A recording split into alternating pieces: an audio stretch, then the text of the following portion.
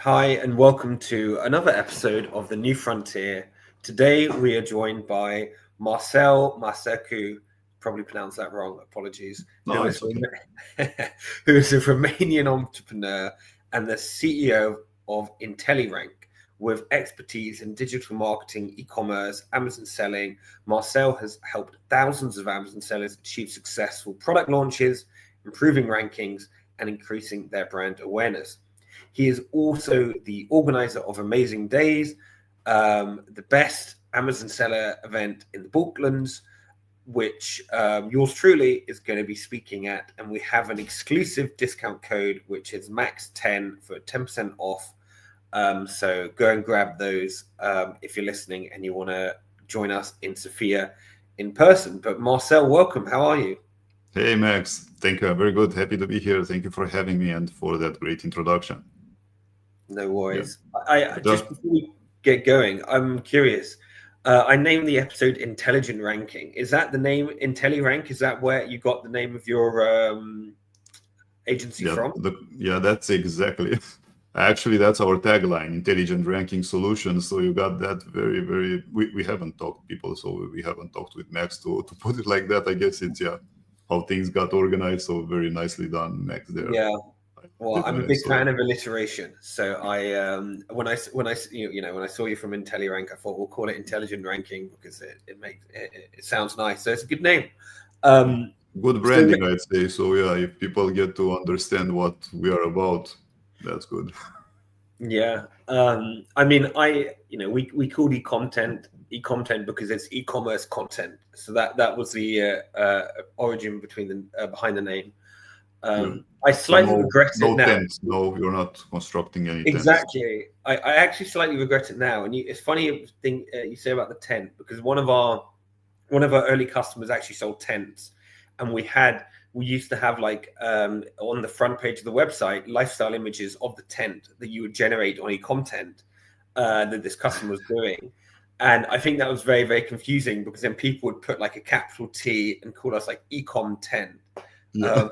But naming a business is very hard, actually. And I think what's really interesting, I'm reading, we're going wildly off topic, but I'm reading the book at the moment about the kind of founding story behind PayPal, which is a fascinating book. And the reason I'm interested in it is all of these entrepreneurs from PayPal have gone on to just do incredible things. So you have obviously Elon Musk, who everybody knows, and maybe is a controversial figure these days. But in terms of the businesses he's built in SpaceX and Tesla, like incredible businesses in like trying to help humanity and push it forward, and obviously generate a lot revenue while doing it and doing it in an extremely efficient way to kind of achieve that bigger mission. Then you have Peter Thiel, early investor in Facebook. You have Reid Hoffman. On the left of the American political spectrum, founder of LinkedIn. You have the founders of YouTube were from PayPal. You have David Sachs, who is now the AI he advises the Trump White House on AI and crypto. And anyway, they went through like numerous naming kind of different names. So they were called like I can't remember the like Confidently or something like this, which was a terrible name. And then they were called X.com, which is obviously Elon really likes, but kind of strikes fear and a bit of it's a bit scary, especially when you're doing like, sending money online. So it talked about how they thought about PayPal and the alliteration of it and how it sounds friendly, and they kind of renamed like 5 or 6 times, and then they settled on that one, which obviously was a great name. So maybe we'll rename. But anyway, I want to dive into the topic because that's a longer introduction than I thought we would have. So intelligent ranking is in the name. Let's start there. What is intelligent ranking in your mind on Amazon? Well, when it comes to actually positioning a product on Amazon, it's always, let me roll back a bit. So every entrepreneur that's starting on Amazon, of course, develops a good product. Sometimes they develop a great product. But what's the common ground when it comes to a good, not so good product or the greatest product on earth? Is visibility. People need to be visible, need to be within the eyes of the customers. So that's the idea what we have behind when it comes to the actual intelligent ranking, is that we want to, first of all, to educate people into getting all the steps done right from the moment they launch their product until they actually make an exit. Why not? If they want to make an exit, of course. So intelligent ranking stands, first of all, in visibility. That's the main key that is bringing to the table. So building up visibility, building up ranking, and getting in front of the customers at the eye level. Comparing this to the supermarket, you don't want your product to be on the bottom shelf there somewhere hidden, because normally people, when they browse, they look at the eye level, a bit up, a bit down. That's pretty much what they're looking for.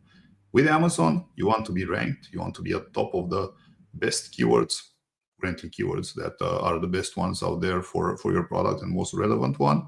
And later on, since we're getting Rufus nowadays, and we also have Alexa at home, we don't know how people will react to products, but still, through naming a product or a description about the product, or actually trying to get the product and what you're aiming for as an entrepreneur, you want that product that people are getting out of their mouth to Amazon to show, say, okay, this is the best product for you from this company. So getting there, that's what we do, and we are working through every phase of the funnel. I will explain that later. Great. Well, it makes sense. Obviously, Amazon is a sea of sameness, and as someone who's worked in search and IDQ at Amazon, you just have thousands of basically the same product, and most of them, I think, frankly, come from the same factory in China and just have a different brand slapped onto it. So how, do you have a go-to formula, like step by step, of how you rank on Amazon? Well, I can talk from day one. So that would be the best approach. Whenever you're launching a new product, think of it of, building first the foundation, and then, building all the other floors over it. So the foundation of the product, of course, we consider that you've done a good product research, you have a good product, good quality, so you do not get bad reviews for it. And of course, you have some decent to good pictures to showcase your product the best way possible. Now, when you're on Amazon, what do you want to see? You want to see your product sell. That's the best and most important factor that is important right now. So out of all the options that, all the signals that you can send Amazon, the actual sale is the most important one. And on the other side, a bad signal would be getting a bad review, which will lower your visibility. So try to avoid bad reviews. A lot of people are focusing on good reviews. Try to avoid bad reviews. That's better. So try to mitigate all the risks, all the questions, all the potential problems, and focus on delivering value. Because at the end of the day, if you look at Amazon's branding, who's the number one concern when it comes to Amazon? Is their customers, right? They only care about their customers. So at the end of the day, you want to sell a good product, because Amazon, from my perspective, works like this. It's giving a chance to a product. Let's say there are 10 people selling the same product. The first person that gets a chance will get the product, more visibility, a little bit more visibility. Amazon will get it to sell, to see how the customers are reacting to it. First of all, of course, all the funnels of the steps of the funnel, need to be in place there. But Amazon wants to sell. It's a money game. You can hide that under the table, but at the end of the day, Amazon wants to make money, and we as entrepreneurs want to make money. It's as simple as that. So day zero, you start your product and you put it live on Amazon. What usually happens? You get day one, day two, day three, 0 sales, because at the beginning you don't have any reviews, you don't have any social proof, you don't have any sales. So what can you do? That's one thing that I can definitely put some light on. First of all, we have a service that is called product testing. Within product testing, we are getting that's a bad term. We are getting survey data from the customers. So this means that we will be conducting a product testing campaign for you, and the customers will fill up a survey. They will answer a set of questions. They will actually give you information, valuable information about how your product is behaving. yes, this is pretty much like a good ton of information that you can use to optimize the product. You can ask them different questions. You can ask them about your price, about your listing images, anything that you want to understand about the product. And what happens is that we can put there some sales within each day of the product cycle. Next, of course, one very important factor that I love about products on Amazon is variations. And think variations. Whenever you're starting a new product or you have an existing product, think of a new variation and list it on Amazon. Now, this is something that you can leverage right now through the Vine program. Try to list it separately, and you get, to enroll that variation into Vine. Wait until the actual Vine campaign concludes, and then you do whatever you want with it. You put it under the same parent, or you don't, just leave it alone, whatever might be the case. But right now, Vine, from my perspective, is the best way to obtain some good reviews. And if you're looking like 3-4 variations of a newly launched product, that can get you up to, let's say, 120 reviews, up to. So let's say you start with 90 reviews. That's amazing on one product. So it's very hard to achieve. And of course, we assume that you have a good product. From there on, it's about repeating and investing into all the funnels, all the steps of the funnel. So starting from visibility and then moving into the actual consideration phase, conversion, and why not loyalty. I hope, I didn't talk too much. No, it's super interesting. And I get the thesis of when you're launching a new product, Amazon has zero signals. And I think our friend Danny McMillan and Awana have done a great job at debunking the honeymoon. Yeah. This whole honeymoon phase, and you've been doing this for years with thousands of sellers, so you've kind of seen this yourself.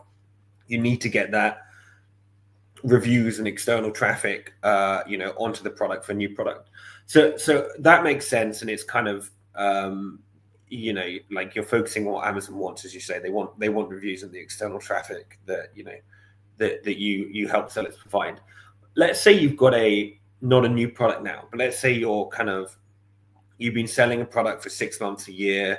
It's an existing line.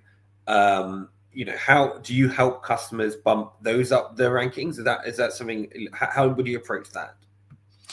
Well, I guess the number one way to approach it is through PPC and leveraging the overall loyalty bit from within the funnel. So considering that you are already spending a lot of money into getting customers to see your product and to purchase from you, having in mind that you've been here for quite some time, you have some, let's say, social proof, you have all things figured out. So you're just looking for what? Looking for more awareness. So more impressions, viewable impressions. That's with each step of the funnel, you just need to set the KPIs. So the first step is the actual awareness phase, where we actually should look at the viewable impressions. So you see how many people have actually viewed your ads. Let's talk PPC. So that's the number one goal. Out of that one, you look into consideration phase. You see how many people have actually clicked on your product, how many people have actually looked at your product. The detail page views are very important there, and of course, new to brand. Then from there on, you move into consideration and into conversion. And with the conversion, you actually measure the orders, the sales, the return on ad spend. So you want to look on all the KPIs and improve them. It's not a secret formula out there. You just need to, tackle and to do it on, go in the trenches and work your way up to that point. But there's also the repeat customers, the loyalty bit within the funnel, which is very important. And here, think about, I think about it this way. I think about the value that you can deliver to the clients. You're selling a product, whatever product it may be, let's say a yoga mat, right? You're in the yoga industry. You're selling yoga products, so people are purchasing from you. Who are those people? There are people that are actually using those products or want to give them away as gifts. Let's go with that.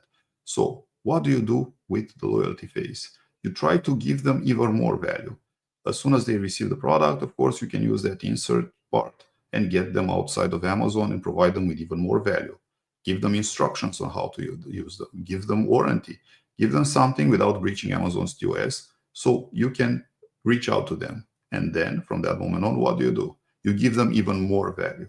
You send them emails, you send them information about that particular area of the space, about yoga, about how to actually go from zero to hero on yoga, for example. Go beyond that. Try to offer them with other products that you have. And one bit that not a lot of Amazon sellers are actually leveraging is the actual digital goods. The digital goods are, make them once, sell them forever, almost forever. With yoga, for example, you can get someone on Fiverr, make a yoga course, as simple as that, and just sell them that yoga course afterwards. Guess what happens is within all this funnel, that one click that you paid for that turned into one sales can turn into even more lifetime value for you, for that particular customer. Because at the end of the day, you want to what? You want to stay close to that customer, because if they purchase from you, it's a big chance that they might purchase from you again, because that's the hard part, to convince people to actually take out their card and you say, okay, I want to purchase from Max. Max, here's the money, take my money. Just shut up and take my money. And then you just, send a lot of information and a lot of good value to them and stay close to them. So whenever they think about yoga, they think about, I don't want to say Max, but okay, I'll say Max. Yeah. That it makes sense. I think, like maximizing the lifetime value of the customer, especially when you start talking about paid strategies, is really important. So then on the unpaid stuff, I'm curious your take on this. A lot of software tools, and I won't name names, but a lot of kind of like keyword software tools will say, don't make dramatic changes to your listing. It can impact the rank negatively. So basically, don't use our tool too much. Like here's all some beautiful information from our tool, but don't use it because it could impact your rank. What's your view on this? What have you seen in your experience? Well, I'd say from a personal view, don't be afraid of change. If there is only one constant in life, there will be change. It's a matter of how you do it, and that's the trick, how you actually embrace change. Changing your listing can definitely do you harm or good. Nobody can predict that. Of course, a lot of us Amazon sellers want to just throw the responsibility to the next person and say, oh, you told me to do that. Yeah, now it's your fault. That's not going anywhere. Smart changes will actually lead to measurable results. So, take for example the experiment area of Amazon. You can definitely experiment there pretty much everything on your listing, more or less. So let's take the first image. If you're getting, for example, a lot of impressions and not a lot of clicks on your PPC or your listing for that matter, it's a pretty good chance that your main image might not be a good one. So what do you do then? Are you afraid of change? No, you should definitely use experiments from Amazon and try to change it and, just compare it to another version of the same image with a different perspective and see how the customers react to it. Based on the result of that test, then you can take some very good actions on your listing and improve it. And at the end of the day, it's not about what a lot of people maybe are misconsidering is the fact that changing can bring in a lot of good things, and not changing can also bring in a lot of good things. So what do? You're like kind of stuck there. So I guess it's a matter of, in ITIL, that's a framework that we used to have in the corporate life, and we trained for it, and that's a very good thing. It's the circle. You can get the best photos, you can get the best listing, you can get the sales. You're going back to square one, and that's the continual service improvement, or in your case, the continual product improvement. You want to improve the product. You want to get even further into the line. And what we've seen is that sometimes changing can definitely show Amazon, and it's important for Amazon because it shows that, hey, you haven't just launched a product out of, I don't know, millions of products out there and you just leave it. You're trying to improve it. You're trying to bring even more value, or to at least adjust to everything that's happening. So I guess the only problem I see with changing is, changing just everything at once, or not paying attention to the details when it comes to changing, or not measuring the effects of change. if you're doing this, if you're measuring, if you're structured in the approach and taking decisions, I would definitely recommend trying them out. Why not? Yeah, that I makes hope sense. that answers the questions, Max. Yeah, it makes sense. So when we last spoke, or one of the last times we spoke about Amazon posts, and transparently adding content. It'd be very easy for us to build a solution to do posts. Like we AI generate content, right? So like it'd be very easy to kind of add a feature. We could probably build it in a month or so if we put one or two of our team on this to build like Amazon post content. And we decided not to because we wanted to focus more on some other priorities. But since then, in Amazon Inspire has actually closed down. So what's your view on Amazon posts now? Do you think they still matter? Do you still work with customers there? Or how do you think this is Amazon post work in the world post Amazon Inspire? That's a great question, Max. And honestly, it's something that I like very much. So the whole idea is when I look at a brand, I look at social media, I look at presence. So if you look at the brand, apart from Amazon, which Amazon is just a channel for selling, a brand should have its own actual website to actually present there all the products. Again, of course, you can link it through Shopify and fulfill directly from Amazon, which is a great way to get things easily done. So you don't have to stress about inventory in two places. And from there on, also expand into social media. Go to Pinterest, go to TikTok, go to also Facebook, go to Instagram. Be present everywhere. Invest some time and, of course, into posting and being visible, right?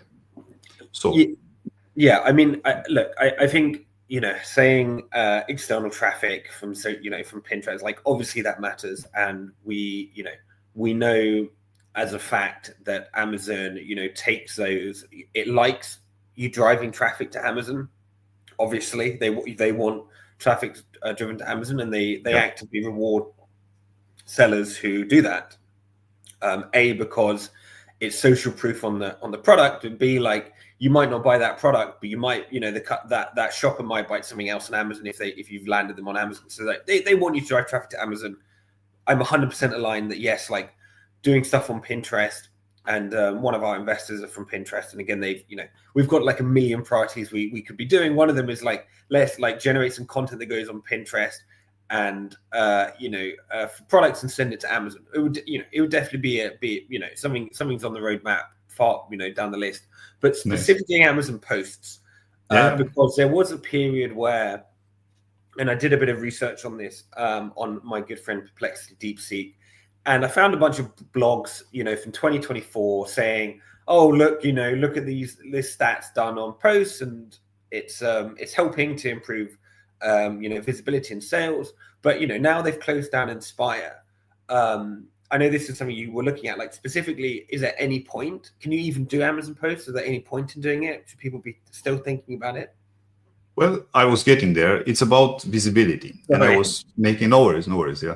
So I was making a parallel between your brand being available on social media and what Amazon has built within Amazon. So Amazon Post is actually a new channel for visibility, right? So at the end of the day, my view is that as long as it's there, why not use it? I mean, and also it's free. So right now it's free. Never know how they will treat it in the future. Of course, it has some hiccups. It has some problems from time to time. Yeah, we get some problems when we publish posts. AI sees there are some different things. You re-upload 2-3 times and then it works. Yeah, it's not perfect. But what is it from the, let's say, the brand owner perspective? Amazon Posts is just another channel that you can use to either just do some storytelling about your brand, lifestyle imagery, product education. Maybe this is because I'm in the UK. I've never seen an Amazon post on Amazon. I've never had the. It's only available in the US right now. Got it. Okay. So that's for us. The rest of the world is like. But the US customers, your customers you're working with, you're still encouraging them. You still think it's a good thing to do, and they're still seeing return for it, even though Inspire has closed, and Amazon clearly is moving away, at least for the time being, and from this like social commerce world. I don't know what they have in mind, to be honest, but as long as it's there, let's look at it from another perspective, right? If they want to close it, they will close down also Amazon posts. They will close down then remove that follow button that you have on your brand there. So at the end of the day, they have just tapped into social media. My take on this is that maybe they are not yet aligned on the direction. Or yeah, who knows what the problem might be. Still, benefiting from visibility, I don't see it as a bad part. And the amount of work compared to the visibility you might get, that's something that is important for us. Don't know what the future holds, that's for sure. I'm talking about what's happening right now. And yeah, why not leverage and use all the tools that you have available? That the amount of effort you put into it, that's a different topic. But still, Yeah. I would definitely recommend Fair it. enough. Fair enough. Yeah. Okay. So you've been doing this for many years now, helping people rank on Amazon using PPC and like keyword strategies and this kind of stuff. How have you seen ranking on Amazon change in the last year or so with Cosmo coming in? Cosmo, for the listeners, being Amazon's new putting a large language model inside Amazon's backend algorithm and the A9 algorithm to help understand how understand individual customers better. So to surface, more personalize the experience that they've done. How have you seen ranking change with Cosmo? Well, the whole idea behind it is that we're bringing AI on the table, and Amazon is working a lot with AI. So I'm assuming that this is only the beginning of a big impact in the overall experience that all of us have with Amazon. Yeah, we can talk about what can change and what can definitely impact in terms of the keyword and the visibility, the keyword ranking and the visibility. We can move to semantic, then keywords and semantic actually look from a semantic point of view over the entire approach when it comes to Amazon. We already have Rufus, we have Alexa in home. So whenever you're addressing, you are still using keywords. Even if, let's say, you're putting them in a sentence, there are still some very relevant keywords there. So I'd say at the end of the day, it's always very important how you position the product, also adapted to the Rufus that's inquired from the customer area, and Cosmo that's on the seller side, impactful from this perspective. I'd say I haven't seen much of a problem as of now, but yeah, I'm expecting things to not be the same forever like this. So until now, things have been going very well for us, so I do not want to complain about it. I knock on wood. But yeah, we don't know what the future holds. Nevertheless, I think this is one change that is coming our way, and we have two options: adapt or fall behind. So I don't know. Absolutely. So you touched upon AI there, and I know you guys have been doing a lot of courses on ChatGPT and AI and this kind of stuff. So to be topical, I don't know if you've seen this news about 11x. I don't know if you've heard of 11x. I haven't. 11x are a company we've talked about a few times on this podcast.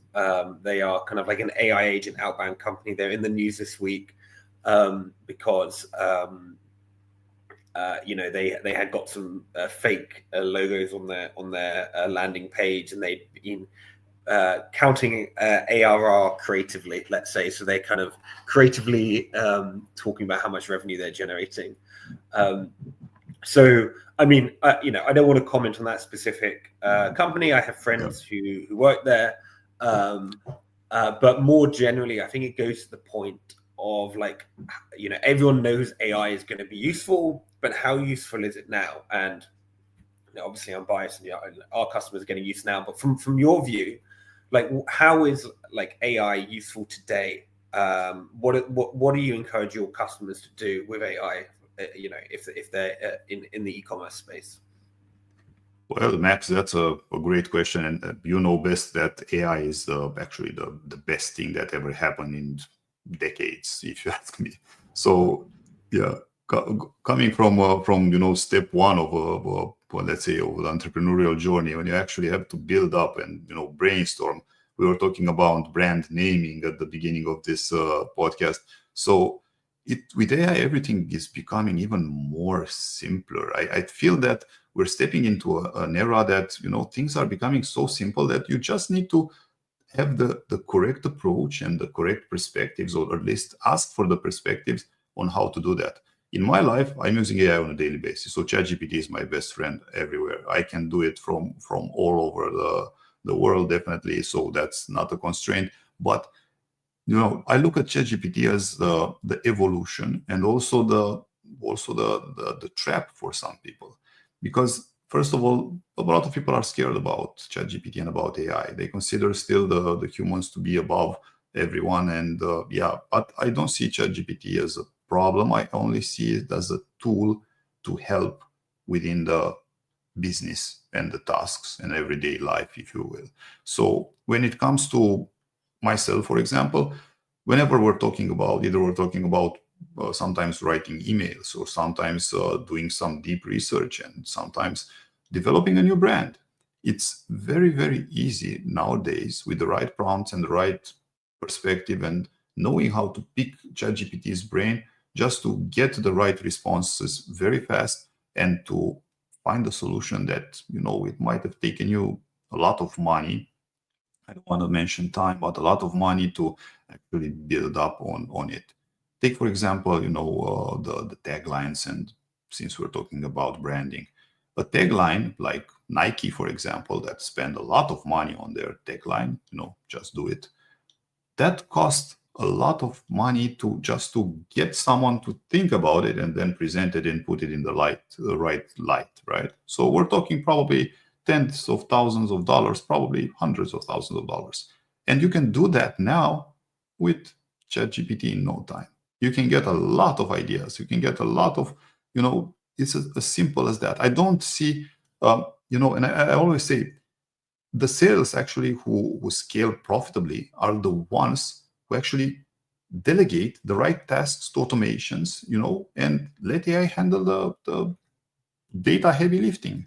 Because at the end of the day, we have a lot of information that's coming our way. We just need to know how to play with it, how to work with it.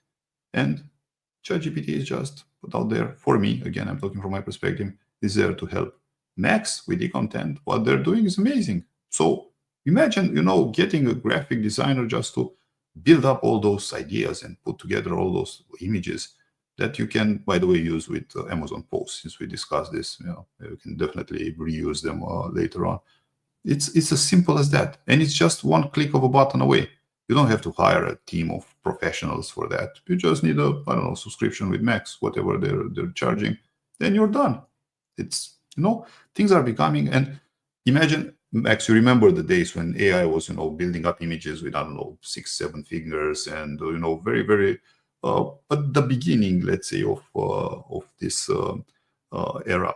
But now, images are becoming even better by the time, and the more time they spend into investing into the AI, into the actual code, will develop even better problems. But yeah, from another perspective, one man's tool is another man's weapon. So sometimes it's always a bad part associated with this, but I tend to stay on the light side of things. Nice. Well, that's great, and I totally agree with you. So let's talk about amazing days. It's in Sofia. I'm super excited because I've never been to Sofia, never been to Bulgaria. So why did you choose that? Well, actually, this is a great question. The event itself started in Sofia a couple of years back. And it was in 2022 when Nikolai Ilchev, he's actually the founder of Amazing Days, started the event. Since then, there have been events. We had in 2023, we had Bucharest and Barcelona. And last year in 2024, we got back to Sofia where everything started. Now, what we discovered in Bulgaria is that we have a lot of manufacturers there. So a lot of potential Amazon sellers and existing Amazon sellers. And we found it a very good spot right now to have the event. Probably next year we're considering Romania, but I don't know, we'll see. In Romania, there's been a big community, for example, of Amazon sellers, but yeah, we're still in the Balkan area. The event itself is trying to bring together the Balkan community and just stay together, because there are a lot of things happening out there in the world, in the Amazon world, and staying together and exchanging information, helping each other. You have a phone call away with somebody that's, within the same niche as you are. Why not? That can definitely help. So yeah, we're eager to actually get a glimpse of Bulgaria and the Balkan spirit, because Max, I believe you've never been there, right? So no, I'm really excited. So it will be different, I'll tell you that. So yeah, if you haven't been in the Balkans or in Bulgaria until now, you'll love it. I'm genuinely very excited. And yeah, Max is one of our great speakers, by the way. So looking forward to that. I mean, the lineup is incredible, I have to say. The caliber of speakers is so high. So there's a lot of Amazon events going on at the moment. Like we're kind of in this like event season. So Joe, the podcast co-host, is at Prosper right now, so that's why she can't be here today. Yeah. I was in New York at ASGTG next week. We're going to be in Barcelona at Shop Talk. So like, this is absolutely the event season. So many events, kind of the, MDMS Inspires happening. I think Kevin King's having one. What makes this one different? First of all, it's in the Balkan area, so not a lot of events in the Balkan area. That's very important for us to relate and just to move close to it. I know, in London and in UK, you have more events there happening, but on our side of things here, there are not a lot of opportunities to network, to find each other. And also, most importantly, what I want to mention is that Amazing Day is actually dedicated to Amazon sellers. It will be on the 28th of April, and it's a satellite event for the Balkan e-commerce summit, which is the biggest event in the Balkans. We're looking like 3,000 people there.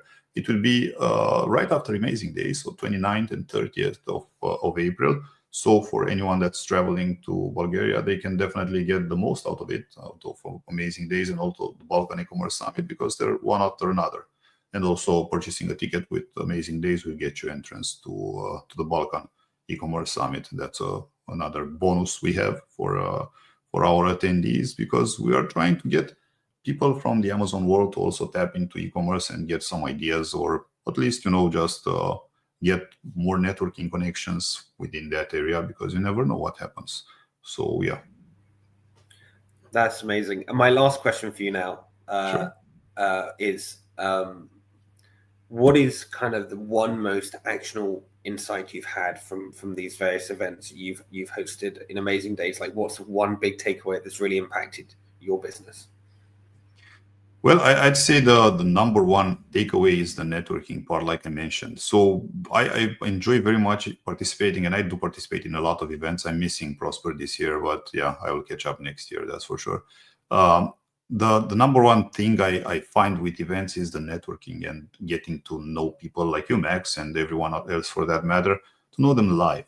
Because as an entrepreneur, we spend a lot of time behind the camera and behind the computer, right? So we're pretty much in our space, so not doing a lot, but also working a lot.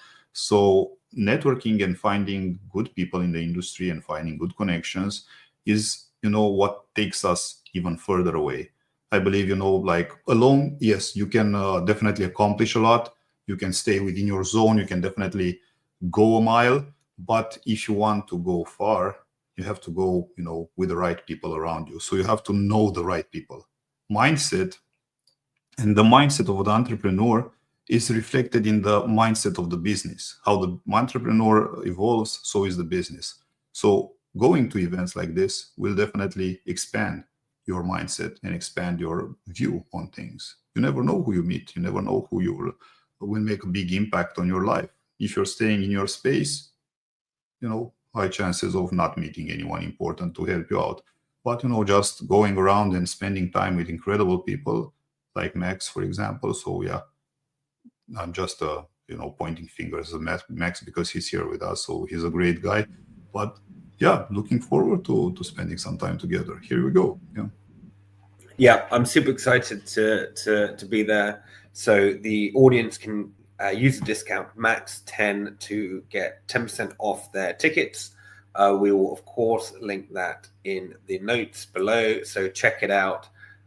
It's going to be sunny in Bulgaria, I imagine, at that time of the year.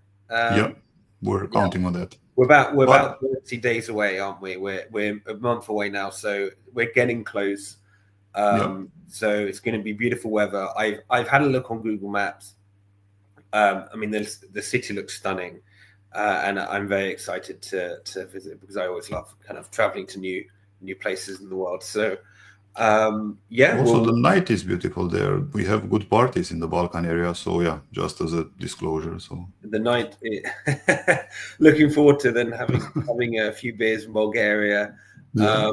And yeah, Marcel, if people want to reach out to you, how should they reach you?